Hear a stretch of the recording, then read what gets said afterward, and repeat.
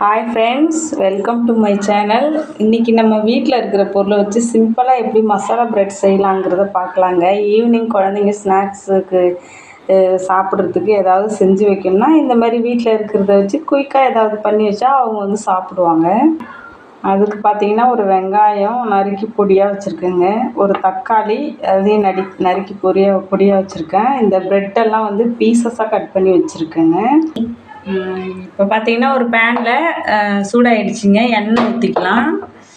இது செக்கு எண்ணெய்ங்க.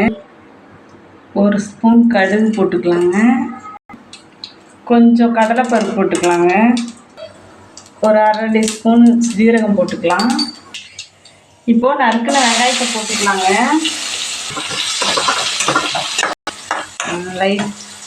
லைட்டாக இந்த மாதிரி பண்ணுங்க. கருவேப்பிலை 2 போட்டுக்கலாங்க.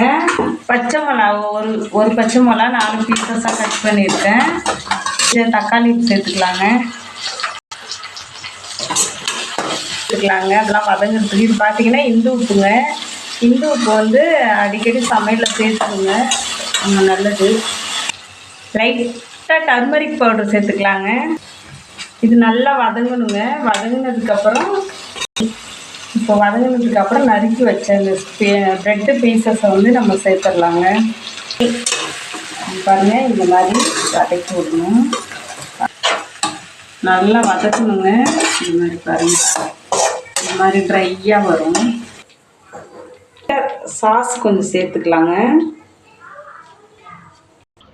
ஓகே ஃப்ரெண்ட்ஸ், இதுதாங்க சிம்பிளாக நம்ம வீட்டில் இருந்த ப்ரெட்டை வச்சு மசாலா ப்ரெட் பண்ணிட்டோம்.